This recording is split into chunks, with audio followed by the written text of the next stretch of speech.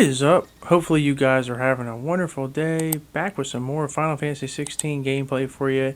And today I got a little bit of a unique video. I guess you could say a personal story of mine that revolves around gaming. So without further ado, sit back, relax as I go through a tale of my past, and which maybe you guys find entertaining or maybe you can relate to. But nonetheless, I figure today of all days be the best day to do this, and I'll elaborate why later on. But without further ado, let's get right into it.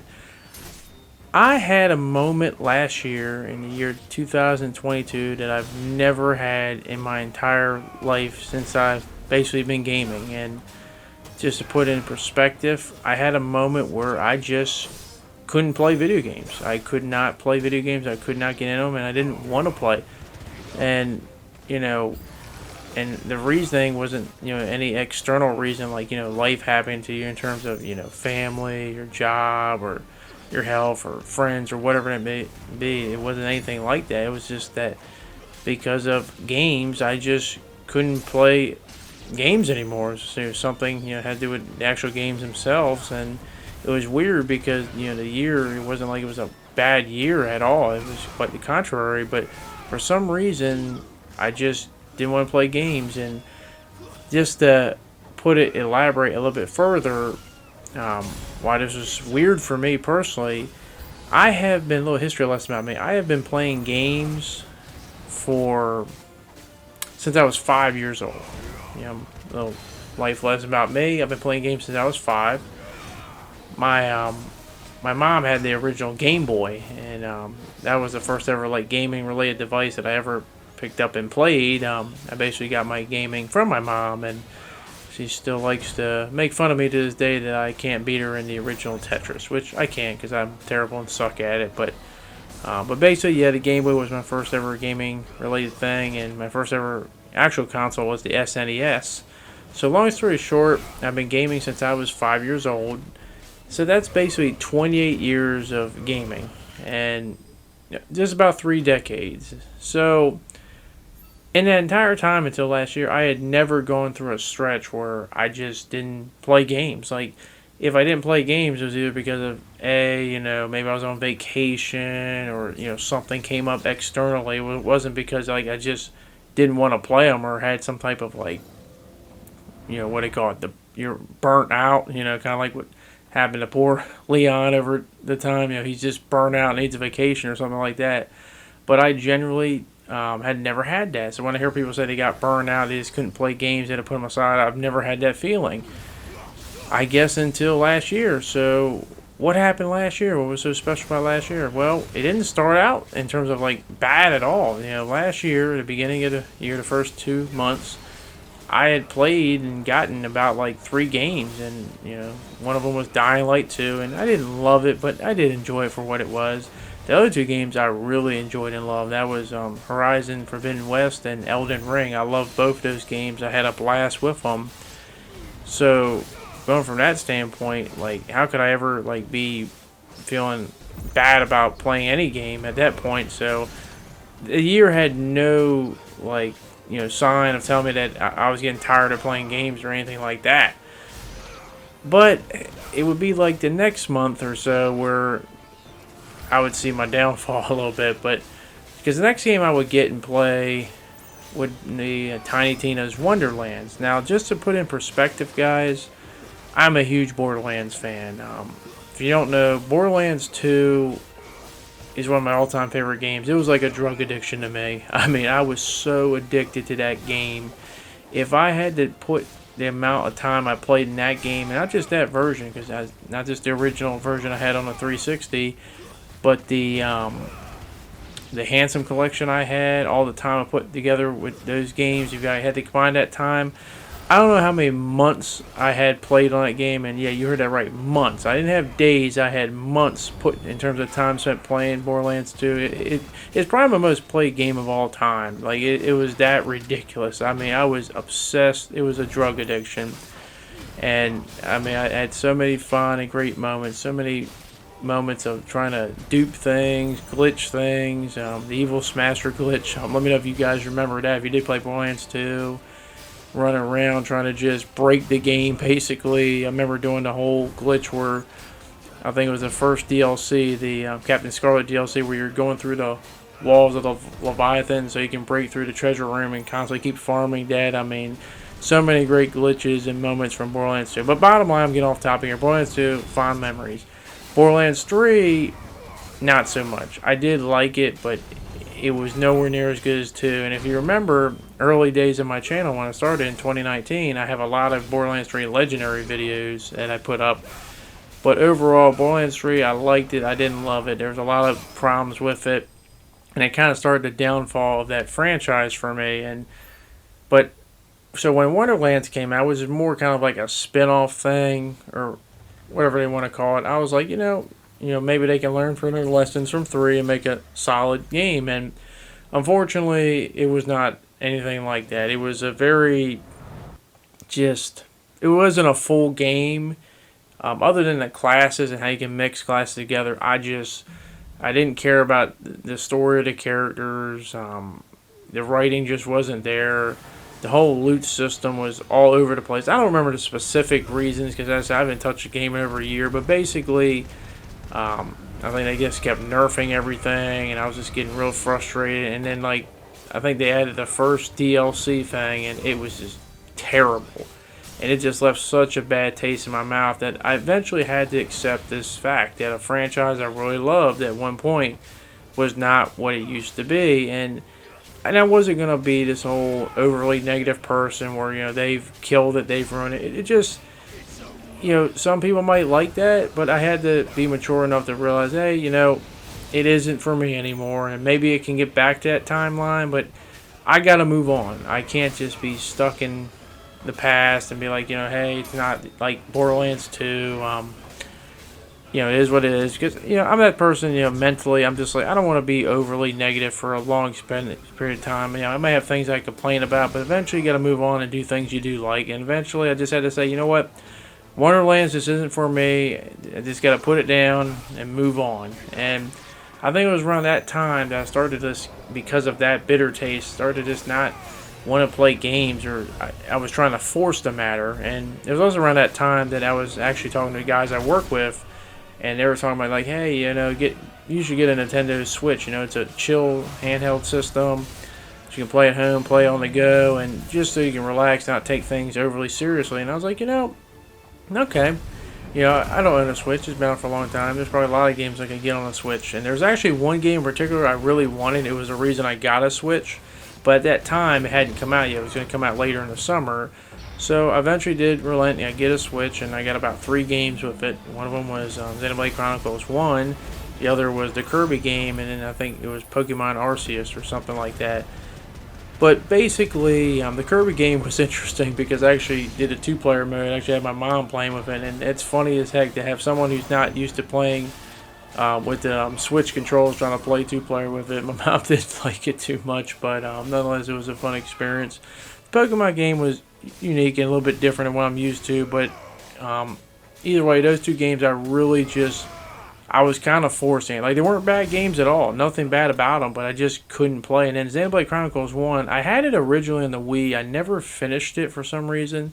So I was like, I'm going to get it here. And I got farther, but once again, I couldn't get to the end. I just couldn't finish it because I was at that point where I was forcing it. You know how you force yourself to do things? I wasn't doing it because I really wanted to do it. I was forcing myself to play. And once again, it wasn't like there was anything wrong, but mentally, I was forcing myself to play games when I really didn't want to. And eventually, I had to relent to the fact that, hey, I was not enjoying what I was doing.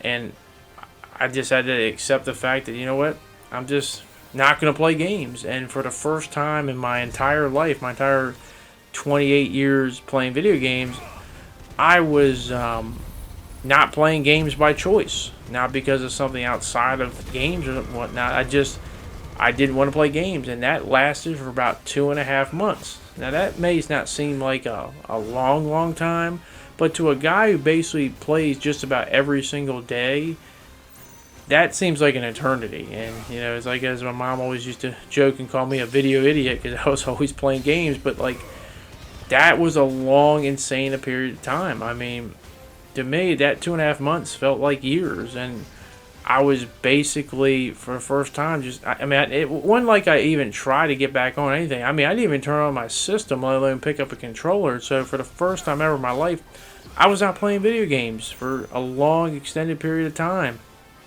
So you're probably wondering, okay, well, what changed? What got you back into it? Well, if you remember, I said I got a Switch for a very specific game that hadn't come out yet. It was going to come out later in the summer.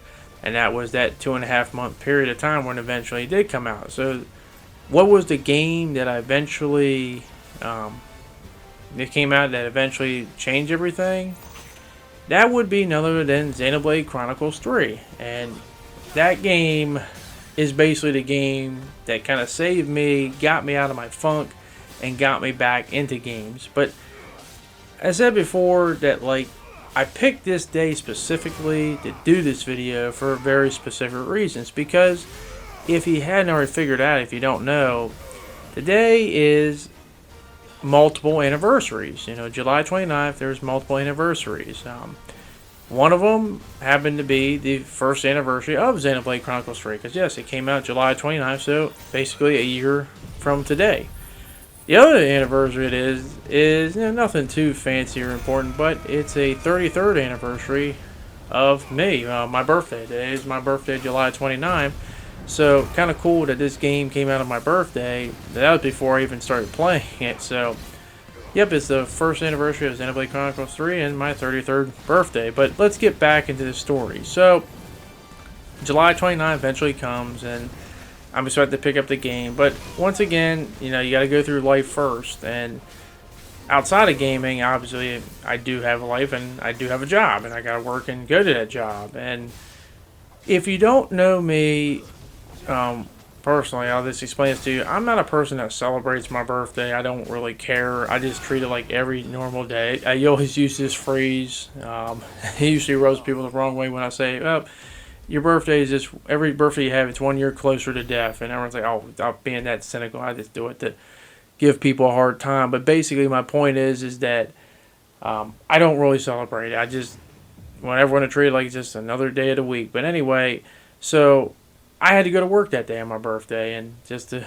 be fair, I had to work today on my birthday. So it's nothing too special to me. But anyway, I had to go to work, and when I go to work, guys, it's real early in the morning. I go to work at 4 in the morning, so I was basically going to go there and work a normal full shift, 8-hour shift, and basically plan to get the game, pick it up out there in the stores, and go home and play it.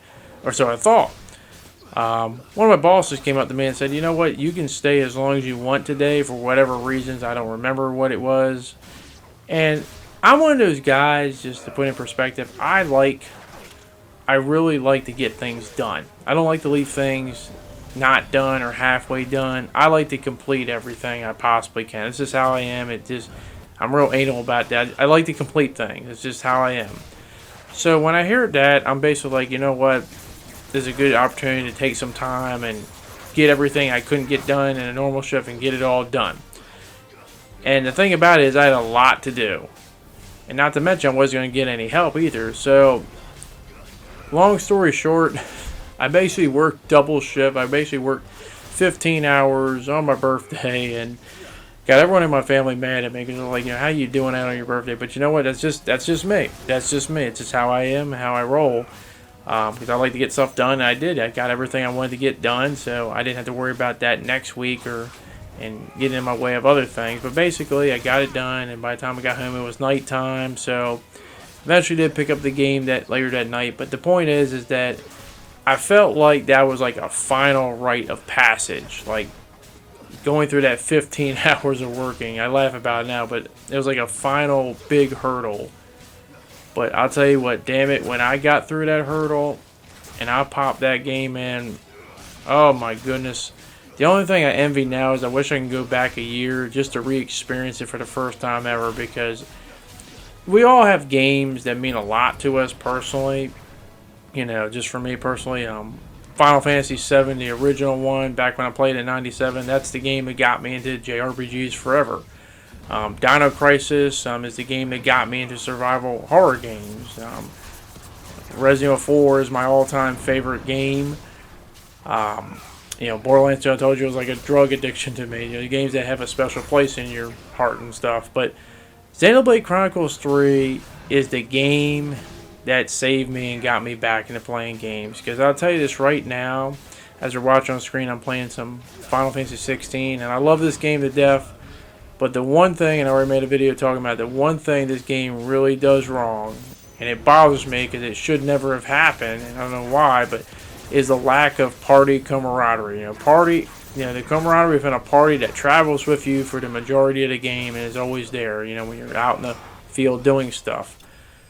Xenoblade Chronicles 3, I swear to you, has some of the greatest, if not the best, party camaraderie I've ever seen in my life. Like, I love the story, but I love the characters even more. And you're with these characters for about 99% of the game, so they're always there.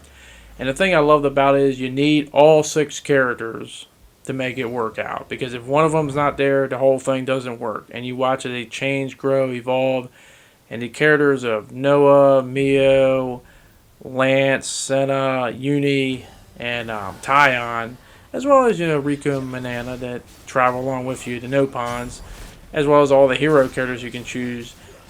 It gave me such a feel that I tell you this right now, I went so attached to these characters. I swear I treat them like as if they were my own children or something like that. Like anytime they were in a joyous mode, I felt good for them. Anytime they were in something bad, I felt bad. And let me tell you, anytime we were in some type of emotional moment, I felt like basically crying like they were. And let me tell you something. That whole sequence at the end of Chapter 5, that's one of the most emotional, heart-wrenching scenes you'll ever see in any game. But the point is that I really bonded and I love these characters to death, and I can never forget those moments I had with them and just bonded with them. And I played the hell out of that game. I mean, I really just played the hell out of that game, and I never felt at all like exhausted, tired. I just couldn't wait to wake up and get through work or get through the next day just so I can hop on and play it. And I played the hell out of it, and I did everything you possibly do in the game. I tried to do every single quest, max out everything, get all the classes done. It was just an experience that I really needed at that time in my life to get me out of that funk. And since then, I've yet to put down the controller, it seems like. But yeah, Xenoblade Chronicles 3, if you do own a Switch and you haven't played that, please give that game a chance and give it a try. Even if you're not a big JRPG fan, but because at the very least, you're going to fall in love with those characters, because I sure as hell did. But yeah, it's a game that got me back into gaming, got me on my funk. I won't go as far as say it got me back to making videos on this channel. That would come later on, I think, in November. But I think it was the genesis of it, too, because I really started to enjoy and appreciate things. But, this whole moment, it kind of taught me a little lesson here. I tested this whole funk probably with the whole Wonderland situation, because I see a lot of the arguments going on nowadays with, various franchises and fans basically saying, games, especially with long franchises like, Resident Evil or Final Fantasy, you have people that have been fans for it for a long time, we're talking about decades, and sometimes they get a little upset when, franchises change in ways that they personally don't want. And I 100% understand that, and I get all that, and I don't feel like there's anything wrong with voicing your displeasure because of that. But I think the thing I've just learned from all this is you can't get to a point where that's all you do, because eventually if you just argue and complain about it all day long, it just, for your mental mindset, it just makes you miserable. And I feel like if you're going to complain, you say your pieces, but then you got to make peace with yourself, and you got to move on, and you got to find things that you do like, and find things that you do make you happy. And, as I said, Borderlands is a franchise I love to death, and I'll never change, but I'm not going to sit there and dog on 3. I mean, I said my piece about 3 and then Wonderlands, but I'm not going to dog on it and constantly just, being overly negative at the same time. And by the way, just so food for thought, when I started this channel, I started in 2019, and I did it for about a year until I got to a point where stuff outside of doing the channel got in my way, and I really just wouldn't have the time to do it, and I just kind of forgot about it because I wasn't really getting a lot of traction. So I wasn't making videos like I do now at that point in time last year's, but even if I was, I wouldn't be making too many things about like, Wonderlands and talking about how disappointed. I may have made like the video or two. I probably do maybe some legendary things, and just guessing what I would do. But at the end of the day, it's just like when you don't like something. I'm just not that type of guy that wants to talk about it 50 billion times to the point where it's just like you ride a dead horse into the ground. It's basically mush at this point. I'm just a person like when I make my videos, I might not like certain things, but I'm only making it because I feel like certain things can be changed or made aware of. But overall, I still do like a lot of things. I wouldn't be overly negative on something if I truly didn't like it. If it truly messed me up that much, I'd just move on. And I think that's the key part is just to move on. Because I'm not that type of person. I don't have the energy to constantly keep fighting something if I knew it was that bad in life. When Wonderlands unfortunately got to that point. But at the same time, I'm not going to look any less fondly on the franchise. As I said, 2 is always going to have a special place in my heart. No matter what 3 and Wonderlands do. And I won't say that, the next Borderlands related game, and I won't count the Telltale games, but next actual Borderlands game that I'm going to completely ignore it. But it's obviously going to do a lot to get me back into it. But once again, I just feel like the key there is you got to make peace with yourself. And that's the biggest thing I learned here, because I think at that point, it's probably why I didn't want to play games. I got so, I guess, jaded and mad and frustrated with Wonderlands that I guess I may have not been voicing my stuff online. It was just I was mentally just constantly pissed off and frustrated at it. But eventually, I just had to ask myself, hey, you know what? You didn't like these things. That's fine, but you got to move on. You got to move on. Life goes on. Play things you do like. Don't over obsess over the stuff you don't like. And if you're that unhappy with a franchise, then you probably shouldn't be playing the franchise, or go away from it and go to something that does make you happy. Because Lord knows, one thing I'd like to avoid is I like to avoid the drama, because drama is a real killer in this world. I'll tell you that right now. There's drama you can't avoid in life. That's just inevitable. But there's a lot of drama you can avoid, and when I play a game, I want to play a game to enjoy it and have fun. That's the most important thing. And if I'm having fun, that's all that matters. But I feel like a little life lesson here. I think too many people play stuff that are more like stress tests than they are actual games to enjoy. Some games, I feel like they're jobs. They're actually more jobs than my actual job. But nonetheless, I had to swallow that pill and I had to move on and accept it. It was kind of similar to, what I had to accept with the Metal Gear Solid franchise. Another one of my favorite franchises that after 5, and the whole Kojima thing and all that can of worms, after Metal Gear Survive came out, just accept, Metal Gear is not going to be what it used to be. I don't expect any really new Metal Gear games, not counting obviously Delta coming out, but that's still a remake. But the point is that it's never going to change my opinion about the older games that I love to this day. And maybe one day they will bring it back. Maybe they'll make it good. Who knows? But I don't want to be that guy going obsessing over it and then talking about 1,000 times a day about why this sucks, that sucks. At the end of the day, I want to talk about games I like more than games I don't like. So, bottom line, everyone's situation is different, but bottom line, sometimes you just gotta accept that a franchise is not where you want it to be, and you just gotta move on. And if you still love the franchise that much, but you don't like certain incarnations, then just play and like the things you do like. It's kind of like the whole Star Wars argument. I always hear people say, well, they don't like the new Star Wars movies. I said, that's fine. Go watch the ones you do like. And then I always hear the argument, well, they still exist. Well, they only exist as long as you want them to exist, You can pretend they don't exist and just have the ones that do matter only exist in your mind, and the ones that you don't like, you can pretend they don't exist and move on. It's that simple.